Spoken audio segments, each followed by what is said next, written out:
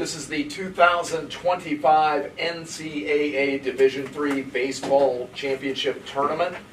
Game 11 with Messiah defeating Endicott 8-2. Joining us from Messiah University is head coach Phill Shallenberger, along with players Dustin Isanogle, Drew Hurst, Jason Long, and Dylan Beard. Coach, if you'll begin, talk about today's game and the fact that your team has now advanced to the Baseball Championship Series. Pretty surreal. Still trying to just process it. Really, lowest ranked team in the supers. Guys obviously looking at some stuff like reading, no one's giving us a shot. Going up against the #1 team that honestly beat us pretty handedly earlier in the year to start. And the only thing to explain where we're at is just these guys' ability to just show up with open hands and be faithful every single day and let God do the work. But it does take that ability to show up with open hands and surrender. That's not an easy thing to do. And before today started, honestly, I was tearing up in the 9th inning again, just because how good God is, and sharing with these guys beforehand. Just even for me, there's times that I don't feel adequate or feel worthy to lead this group because they are special. And that's when God reminds me of what He did for us is the ultimate sacrifice of dying for us. That we, if we were perfect, if we didn't have faults, we wouldn't need Him. And because of that, we get to rely on His strength on our own.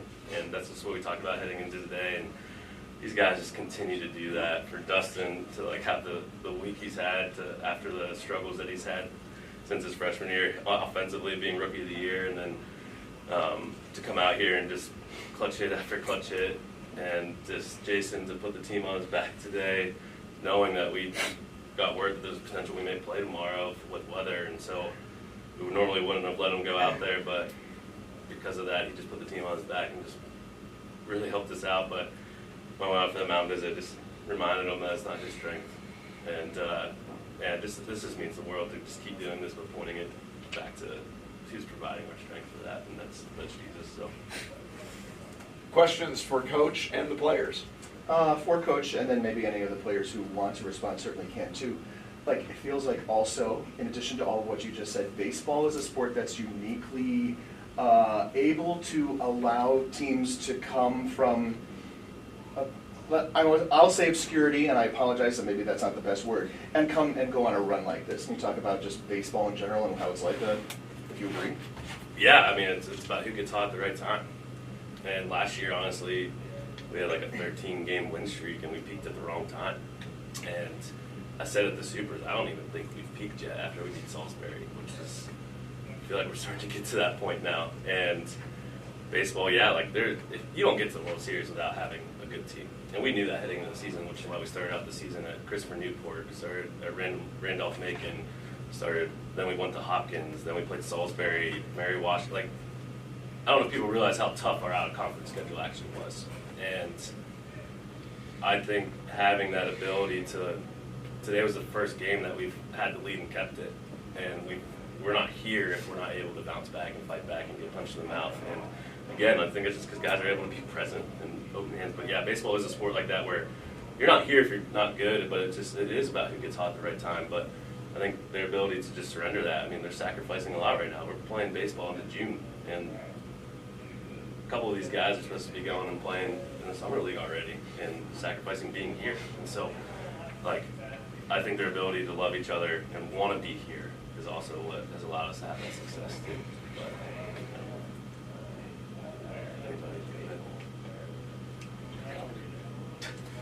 any players want to say something? That's right. So it seems like your trademark while you've been here is really to score a big inning and to put a very big crooked number up there. Sort of talk about that process and how it helps the team for their success. Yeah, I mean, we just kind of go out there and play. We have the ability to put up crooked numbers, but I don't know if that's we're always talking about putting up crooked numbers, but I will say it is contagious. Once one guy goes, the rest of the team just clicks. It's almost like we just need that one run to realize we're fine. And so just allow them to just settle into who they are as a team. And today being able to do it with bunting today, like we bunted 3 times in a row, or at least tried to, and putting pressure is a huge thing. Putting pressure on offense is a huge thing. So when pressure bursts pipes, and that's what we do. Even the 3-0 steal there at the end, we got thrown out. Like, we're okay with putting pressure. Like that's our mentality. For Dustin or Drew or Dylan, if you want to comment about what Coach was just talking about how hitting can be contagious when you guys are in a rally like that? Yeah. I think the guys yesterday hit the nail on the head about passing the torch, trusting the guy behind you. I think now, especially, this is in our pregame mindset. Just like when we're all hitting together, we know we're a team, we know we're a family, and we're not going to be able to do what we do if we can't trust the guy behind us or in front of us. So especially like me being in the 9 spot, there's a lot of times where I don't need to bunt, but I know I got Isaiah behind me, and I think it's a great opportunity to bunt a guy into scoring position. Because especially David Martinez, the guy in front of me, he just gets on base all the time. And it's so easy to try to be selfless for these guys because I know they trust me and I trust them. Yeah, on top of that, I think we've created a culture on our team of unselfishness. Whenever there were runners on first and second, I laid out a bunt. It wasn't the greatest bunt, but it ended up working out.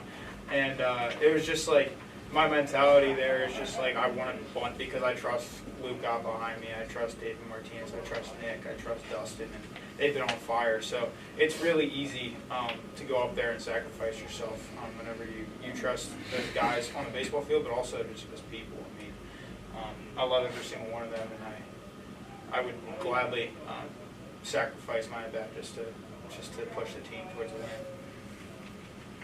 Jason, talk about your pitching performance. Usually in these tournaments, you want to keep your bullpen fresh, and you went out there and got a complete game to do exactly that. Yeah, I mean, it's just open hands every inning in the dugout. Every inning I get out there, just open hands and know that it's not really me pitching. It's me on the mound, but it's God just working through my hands. And I don't know the last time I've went 130 some pitches. So I mean, that's all God's strength for me, and I'm sure I'll be feeling it tomorrow. But yeah, it's great, and just having trust in the defense behind me. I mean, so many amazing plays today. You got David Martinez down the line. You got Jarrett Gordon in the final inning. I mean, I can't continue to go through that game and finish that out without the guys behind me. And just being able to be save the bullpen. I can save the bullpen, so might as well keep going for it. Did I see you put the ball in your pocket then at the end of the game? Yeah. Do you have plans for that? Not right now. We'll figure it out. Jason, you didn't pitch last weekend. How did that factor into coming in today and throwing a complete game? I mean, I think nothing really changed about my approach. Still went about my business the same way I would, even if I would have pitched. So just maybe a little bit fresher on my body, but other than that, didn't really change anything. Drew, you got that third inning started with a base knock, and then you went I would say one time you went the other way, and then you took it out with that home run to right field. Tell us a little bit about what you were seeing and what you hit out today, especially. Yeah, so that last at-bat, I was seeing the ball well today, and then I felt like I was on that pitcher. His fastball, I felt like couldn't beat me, so I was just on time with that. And it was a 2-2 count, and I'm usually not one to really pep talk myself or anything or in my head, but this is probably the first time all season that I've really surrendered. I just said, these are not my hands, God, these are yours, and I just hit a home run. I mean, I just had such a unexplainable peace, and I'm getting chills talking about it. It's really the first time all season that I've really just surrendered my at bat, and then I just can't. That's all God on that one. Coach, that's your pull quote for the brochure on this whole thing, right? What's that?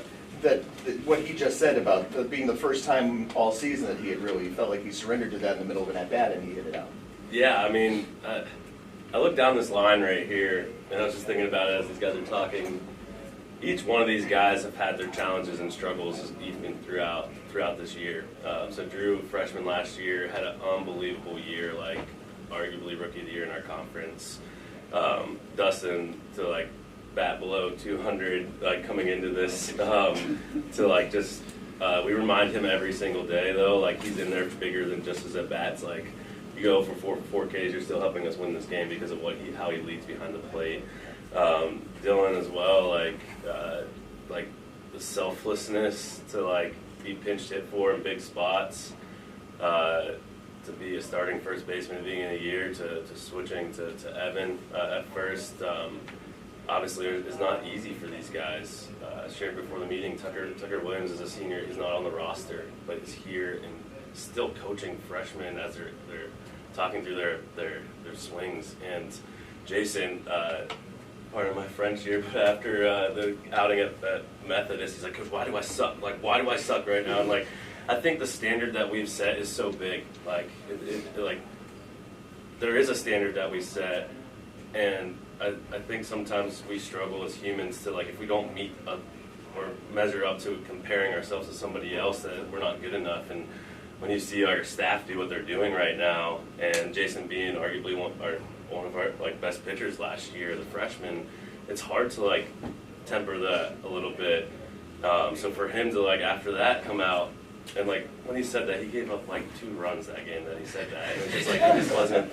He came out in the 4th or 5th because of pitch count, and like what these guys have done like is just a testament to their ability to not put their identity in that and not let it spiral.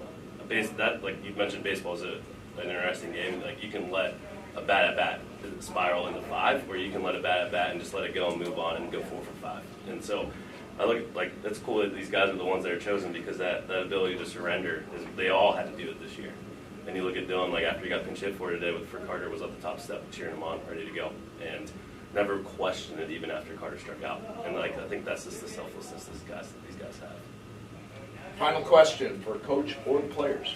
We haven't been briefed on what might happen with tomorrow or not tomorrow, but can you talk about how that might change what you guys come out here and do then in Game 1 of the championship series? Honestly, it doesn't change too much. We felt pretty good about having 4 starters this whole way through. We haven't named a starter yet, but like it doesn't really change too much for us. It did a little bit today where Jason might have not gone back out there, but outside of that, it's just like, I mean, I think our approach has been pretty good so far. So not losing since we got to the tournament. So I think that's open hands coming out, ready to go. So I mean, yeah. Brett, maybe you can brief us. I've not gotten any updates as of this moment. All right. Appreciate it. All right, gentlemen, thank you very much. Thank We you. will see you, I think, tomorrow. Sounds good. Wednesday.